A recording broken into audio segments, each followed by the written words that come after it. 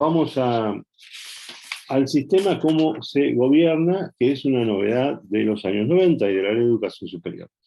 Es decir, la coordinación del sistema a través de algunos organismos existía en la ley Tayana, existía en las leyes del primer peronismo. La ley Tayana es la ley que se aprobó en los años 70, en el 74 exactamente, y es una ley que duró poco, porque la dictadura obviamente la eliminó, con muchas más personas y un montón de cosas, de otras cosas, y es una ley que no se pudo poner en práctica. Ahí estaban previstos consejos a nivel del sistema, que eran consejos con participación incluso de representantes de los distintos claustros y también de sectores de la comunidad.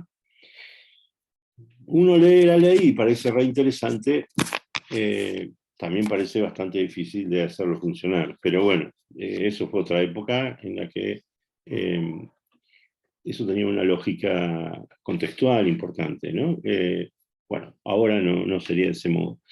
En los años 90 entonces se incorporan y por primera vez empiezan a funcionar decididamente varios organismos de coordinación. Algunos estudiosos del tema, estudiosos, investigadores que se dedican al tema universidad, colegas míos en eso, le llaman de amortiguación. Esto es, digamos que funcionan como espacios que aflojan las tensiones o contienen las tensiones, amortiguan las tensiones que habría entre la gestión nacional y las instituciones universitarias y sus autoridades. ¿Bien? Bueno, de hecho, son espacios que están en el medio, exactamente, y no del todo en el medio, porque en algunos de esos espacios participa también el gobierno nacional, ¿no? Es decir, el Consejo de Universidades, por ejemplo. Bueno, ¿cuáles son estos organismos? Ya dije uno, pues ustedes los conocen porque conviven con ellos todo el tiempo, pero uno es el Consejo de Universidades. Consejo de Universidades, después, otro es el SIN y otro es el CRUP. El CRUP y el SIN existían antes. El SIN se lo crea al comienzo de la democracia y se lo crea más como un ámbito de los rectores de las universidades estatales. Bien, al principio siempre estuvieron incluidas las universidades provinciales, solo que no tenían voto, por ejemplo. Sí tenían voz y podían incluirse si estaban normalizadas. Después se los incluyó después de la ley, ya con plenas facultades, etcétera, para ser iguales allí. Y el CRUP, que es el Consejo de Rectores de Universidades Privadas, también existía como una agrupación de la sociedad civil, es decir, como una especie, no sé si llamarlo agremiación, pero sí, un ámbito en el cual se juntaron, reunieron y organizaron los rectores de universidades privadas. Lo que hace la ley es asumirlos como parte del sistema, como organismos del sistema, y otorgarles funciones. Las funciones que les otorga son de dos tipos. Tenía recién aquí. Estas, como son es difícil para mí acordarme de memoria, las tengo para leer. Son cortitas. Pero el SIN y el CRUP tienen las mismas funciones, solo que cada uno les ejerce por separado, por supuesto. ¿Y cuáles serían? Coordinar los planes y actividades en materia académica, de investigación científica y de extensión entre las instituciones universitarias de sus respectivos ámbitos. Esto era algo que tenían ya como función estas dos instituciones cuando se habían creado originalmente.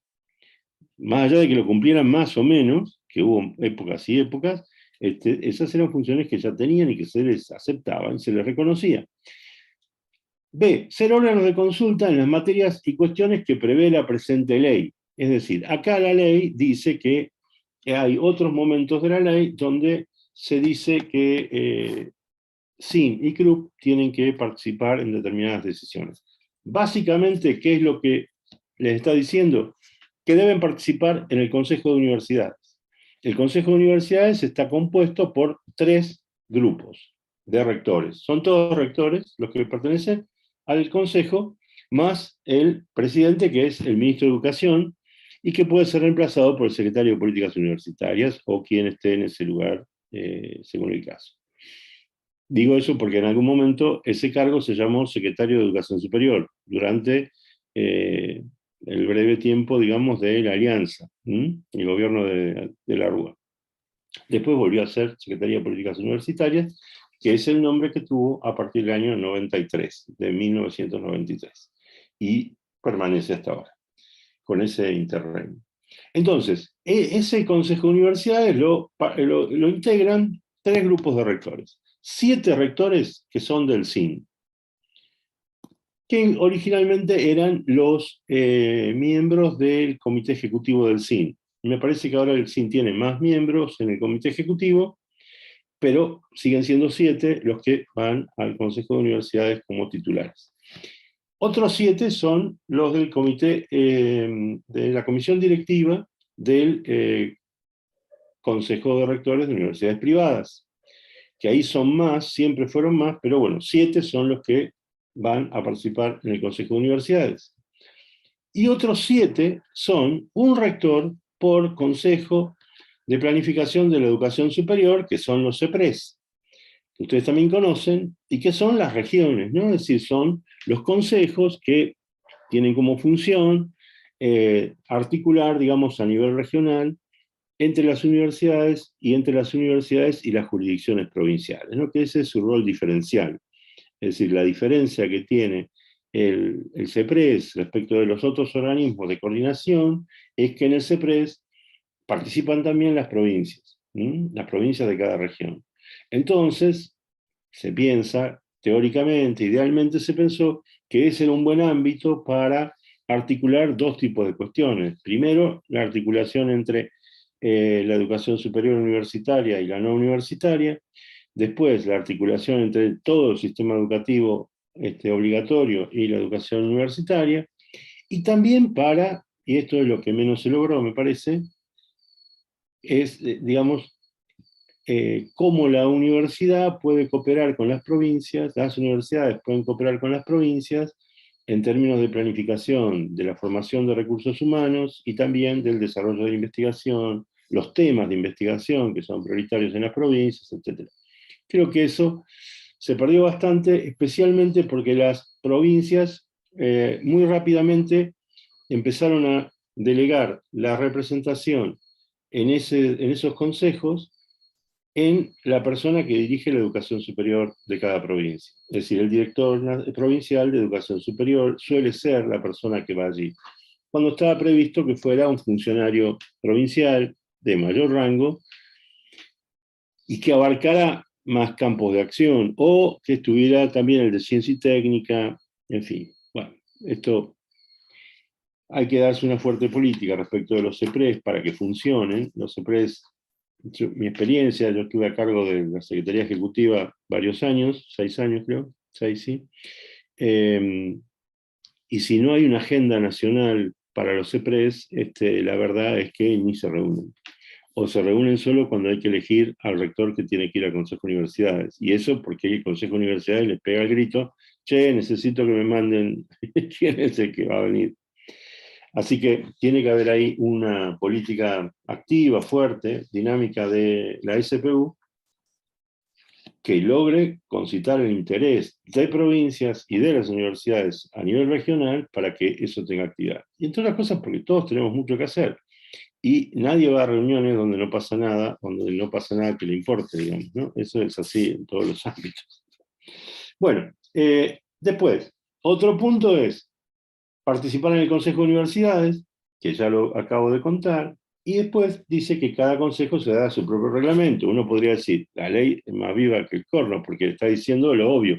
Si existían de antes, ya tenían sus reglamentos, etc. Los CEPRES existen con autonomía, digamos, y son sus miembros los que hacen el reglamento y los que deciden la agenda. Miembros que son los rectores y los representantes de las provincias. ¿Bien? La SPU lo que tiene es una secretaría ejecutiva que se creó en el año 2006, que de hecho se creó cuando yo me hice cargo.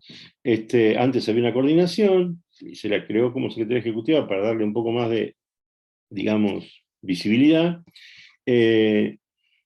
que lo que trata de hacer, o lo que tiene que hacer, es articular con los consejos para que no estén despegados del sistema ni despegados de la SPU, del ministerio, etc.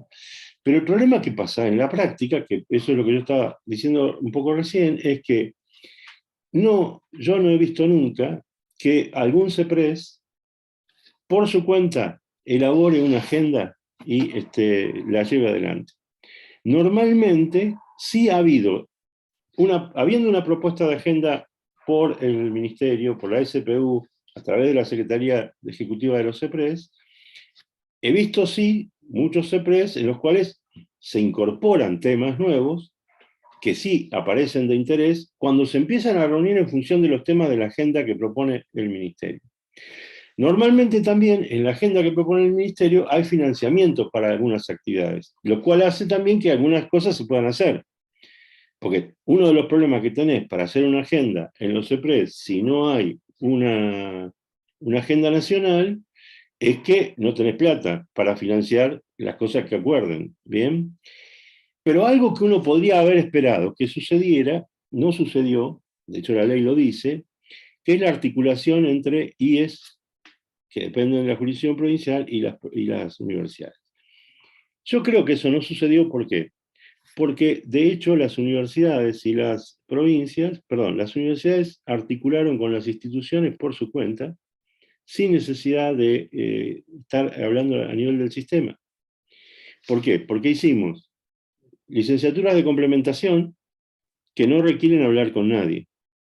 Si mi universidad quiere hacer una licenciatura de complementación, licenciatura en gestión educativa, ¿quiénes pueden ingresar? Todos los que tienen título de profesor en cualquier especialidad, otorgado por una IES reconocida, pum, pum, pum.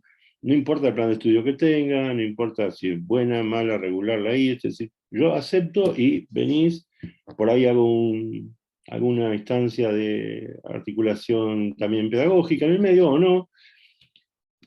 ¿Es un modo de articulación entre los dos subsistemas? Claramente es un modo de articulación. Permite la circulación que antes no existía entre terciario y universitario. Pero ahí no necesitas ni una norma nacional, lo único que necesitas es que te den el reconocimiento nacional al plan de estudios de la licenciatura de complementación, y el ministerio lo ha hecho siempre, así que eso no es un problema. Hubo algunos casos que usaron lo que dice la ley. Se puede hacer convenios entre instituciones universitarias y institutos de educación superior para articular, complementarse, etc. Algunos de esos casos hubo, pero claro, eso exige más trabajo, articulación real, hablar unos y otros. Mi experiencia es que eso existe de manera virtuosa en algunos casos, con mucho trabajo, mucho compromiso territorial de la universidad que lo hace con algunos terciarios, que cuando son terciarios estatales tienen la dificultad de que esos terciarios, por supuesto que no son autónomos, y entonces los acuerdos hay que hacerlos con la jurisdicción. Es decir, aunque yo quiera arreglar con el Instituto Formación Docente número 5 de tal lugar, tengo que hablar con el gobierno provincial, porque no pueden firmar un convenio ni pueden tomar decisiones de ese nivel por fuera de...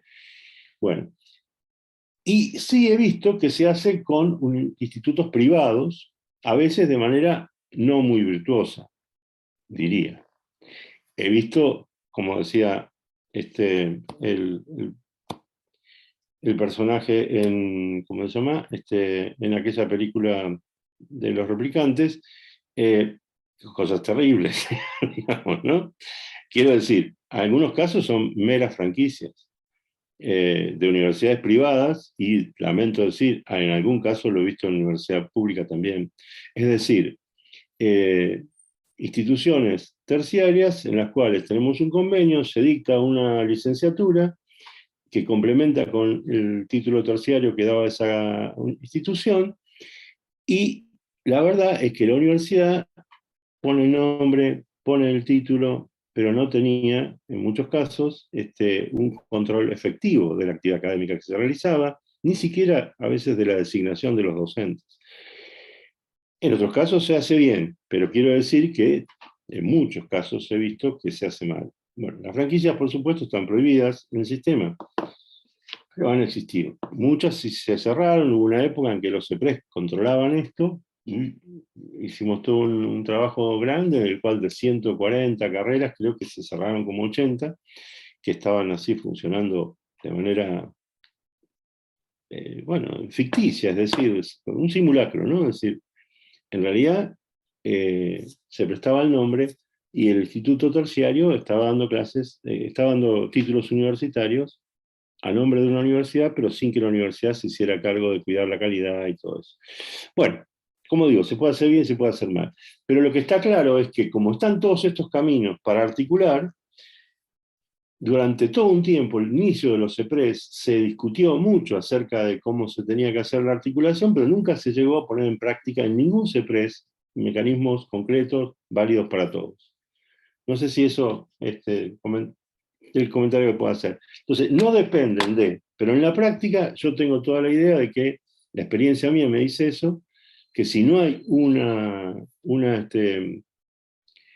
agenda que impulse y discute y negocie el ministerio, no pasa demasiado. En mi opinión, debería haber, además, un presupuesto para los CEPRES. Es decir, para que los CEPRES, donde están provincias y universidades, puedan pensar políticas del CEPRES, de la región, y las puedan financiar, digamos, ¿no? En la articulación y en otros temas. Eso sería, me parece a mí, de mucho impacto, pero hasta ahora nunca se logró que sucediera, digamos. ¿Mm? Y seguramente, si hay un presupuesto, estaríamos todos mucho más interesados en participar, porque hay cosas para hacer que se pueden llevar a la práctica, ¿no?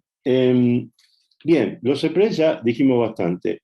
En los CEPRES están entonces las universidades públicas y privadas, es decir, como están en el Consejo de Universidades, solo que ahí están también las provincias. Bien, normalmente, históricamente, lo que suele suceder es que el Consejo de Universidades siempre fue cuestionado, entre otras cosas, pero básicamente había un cuestionamiento que decía por qué el CIN y el CRUB tienen la misma representación. Bien, posiblemente por la mentalidad de los que hicieron la ley, donde sobre representaron en muchas cuestiones a las universidades privadas, además de darles una autonomía que yo creo que es, hoy ya es imposible pensar de otro modo, ¿no? Pero me parece que está en su momento eh, exagerada, digamos. Incluso yendo al comparado internacional, en cuanto a los requisitos previos, especialmente a llegar a esa autonomía. Pero bueno, eso ya fue, así que es una cuestión que está terminada. Lo que sí digo es, ¿qué pasa? Dicen entonces muchos, ¿por qué la misma cantidad? Y bueno, dije ya por qué. Porque se pensaba que se sobredimensionó, digamos, a un sistema privado que en realidad tiene con suerte un 30% de los alumnos que tiene el sistema público, ¿no? Eso está clarísimo. Y si vamos a la investigación, bueno, directamente si pasamos a las otras funciones de la universidad que no sean la docencia, investigación o extensión, en investigación la representación del sistema privado es casi nula, no es nula, pero es muy pequeña, y en extensión es un poco más, pero tampoco es importante. Esto es clarísimo. Entonces, uno piensa debería estar compensado de otro modo. En la práctica está compensado de otro modo, ¿por qué? Porque históricamente de los 7 representantes de los CEPRES, 6 casi siempre fueron de universidades públicas. En principio porque, salvo el CEPRES metropolitano, en todos los demás las universidades públicas son más que las privadas. En el sistema metropolitano, además, en la reglamentación de los CEPRES, en la resolución que reglamentaba los CEPRES, le daba poder de voto a una parte sola de las universidades privadas, que tenían que ponerse de acuerdo cuáles eran, pero tenían que ser no más de 10.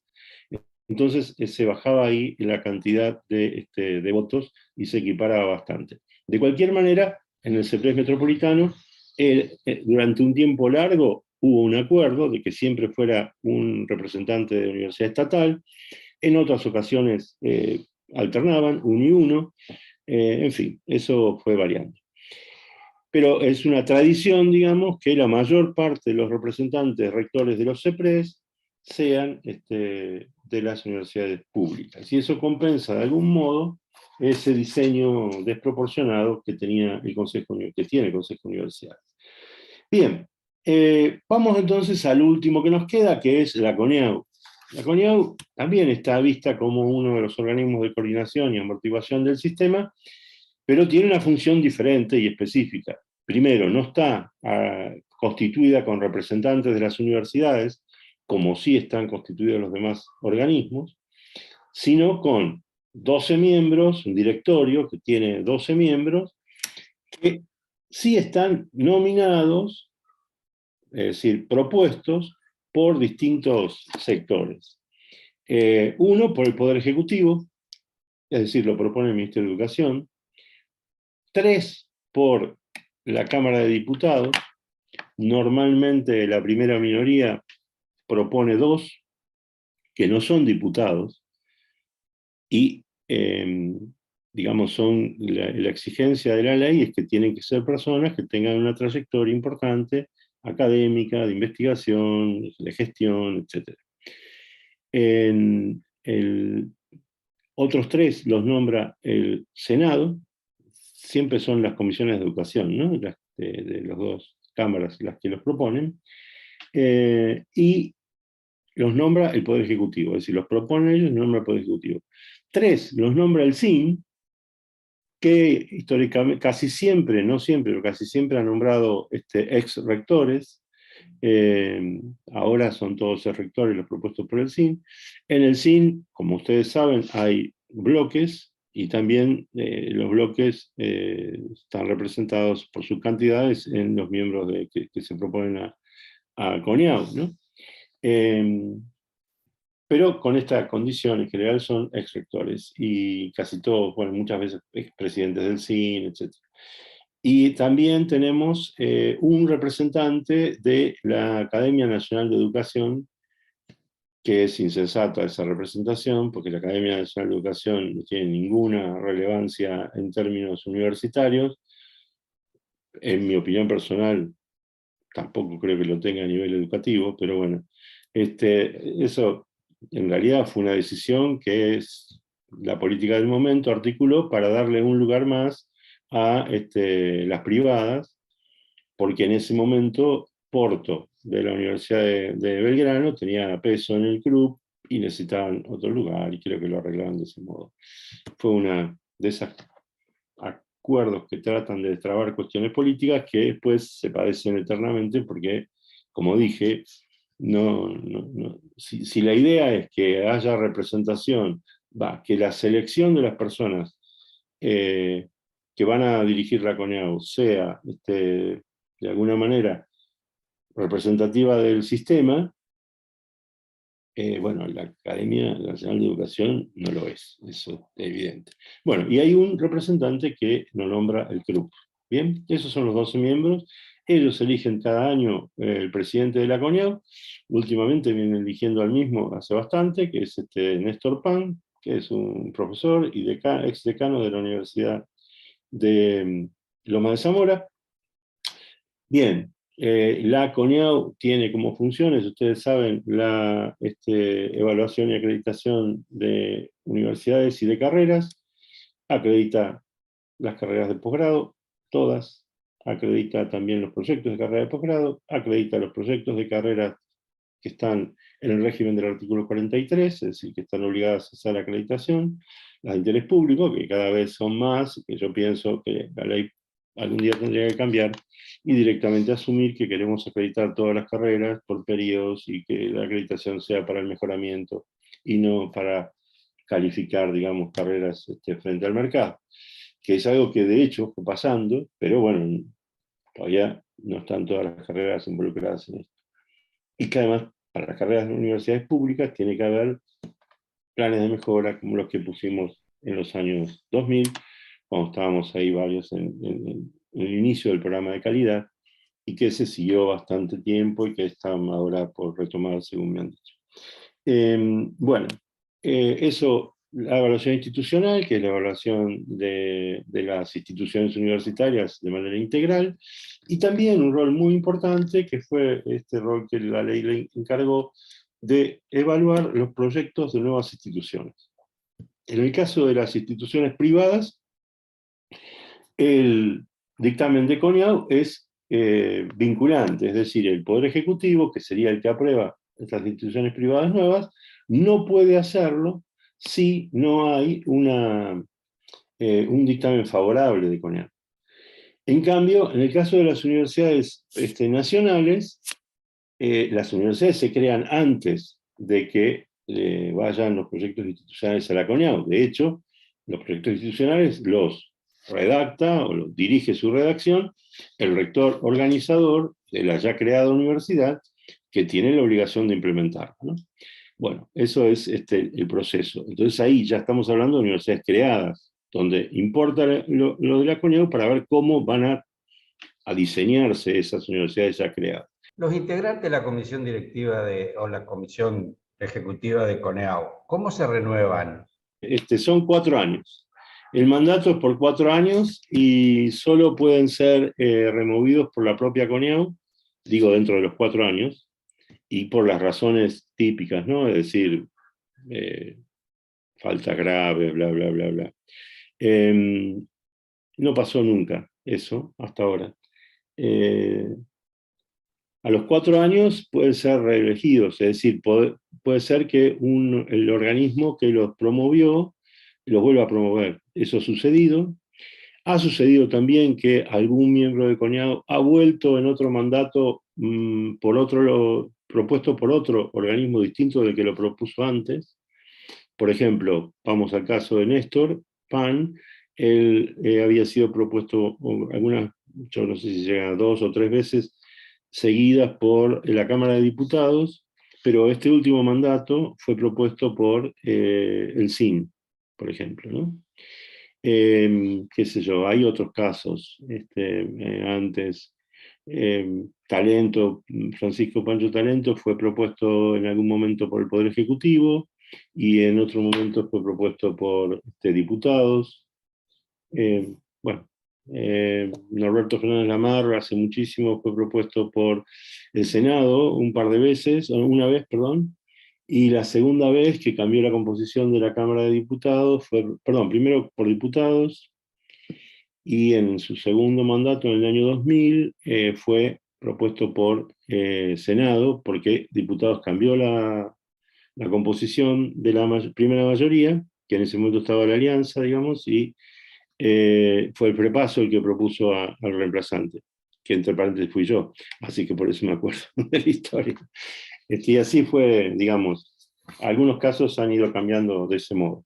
También ha habido casos en los cuales la Cámara propuso a alguien y el Ministerio llamó por teléfono y dijo, retiren esto y busquen a alguien más adecuado. Eso, por supuesto, nunca se hace público porque nadie quiere ofender a nadie, pero bueno, eso ha sucedido también en ocasiones, ¿no? Bien. Bueno, nos queda una sola cosa, me parece, que sería, salvo preguntas, las funciones del Consejo de Universidades, ¿no? El Consejo de Universidades tiene funciones que son así como uno dice, de las típicas funciones genéricas, digamos, ¿no? Que no están bien claras. Entonces, bueno, sus funciones son coordinar, el Consejo de Universidades, proponer la definición de políticas y estratégicas de desarrollo y estrategias de desarrollo universitario, promover la cooperación entre las instituciones universitarias, así como la adopción de pautas para la coordinación del sistema universitario, etc. Pronunciarse sobre aquellos asuntos sobre los que se requiera su intervención conforme a la presente ley. En el primer punto, sí tiene esto alguna vigencia porque de hecho se negocian ahí políticas. Aunque después no sean aprobadas por el Consejo de Universidades, pero es un espacio de negociación, obviamente. Sí ha crecido mucho el punto B. Pronunciarse sobre los asuntos sobre los que se le requiere intervención depende mucho de la agenda de política de la SPU del Ministerio. Pero, por ejemplo, si vamos a un caso concreto, importante, porque regula un montón de cuestiones, la primera resolución que regulaba la educación universitaria a distancia fue, ¿se acuerdan ustedes? La 1717 del año 2004. 2 veces la desgracia, 1717. así de mala era, pero duró un montón. La verdad que igual duró un montón, y eso que era mala, yo siempre decía, la conocí de antes que saliera, digamos, salió no se sabe cómo, un día estaba aprobada, pero además tenía partes que parecían de libro, porque eran como que te explicaba cómo eran las cosas, y pensé que habían copiado libros, manuales, no servía para cuidar a los malos y no servía para promover a los buenos, para promover a los buenos. Así que la verdad que era la peor regulación que uno se podía ocurrir. Bueno, esa salió por el ministerio, por su cuenta, es decir, no se discutió en el Consejo de Universidades. La nueva, que es la 2641 del año 2011, perdón, 2017, que en realidad podría haberse aprobado en el 2015, casi diría en el 2014, porque ya estaba lista y hubo ahí cosas raras en el ministerio que no terminaron de dejar que se apruebe. Se discutió en el Consejo de Universidades, se discutió largamente ahí y se aprobó por el Consejo de Universidades con resolución ministerial con acuerdo del Consejo de Universidades. Es decir, que entra en ese punto B del artículo 72, ¿no? Temas que se le pide al Consejo que opine. Y así ha pasado con muchas otras cosas. Por ejemplo, el programa de expansión de la educación superior, también las regulaciones del programa se pasaron por el Consejo de Universidades y se aprobaron en el Consejo de Universidades. Incluso se aprobaron, aunque después no se pusieron mucho en práctica, criterios para la evaluación de carreras del 43 que estén en un CRES, es decir, en un centro regional.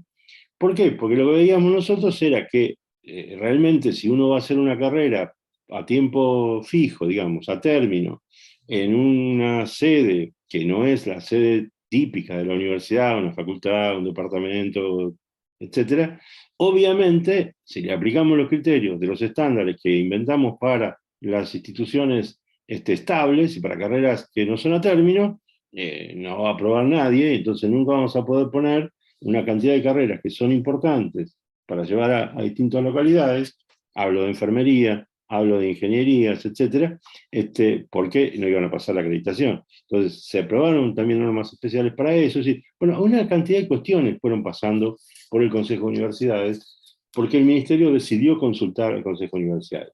Pero lo que sí hace el Consejo de Universidades siempre es, bueno, la otra cosa es acordar con el Consejo Federal de Cultura y Educación, que es el Consejo Federal que regula toda la educación, que no es la universitaria, pautas de articulación entre las instituciones educativas a nivel superior, cosa que no se hizo nunca. Pero sí es cierto que el Consejo de Universidades tiene dos representantes en el Consejo Federal, que participan en el Consejo Federal.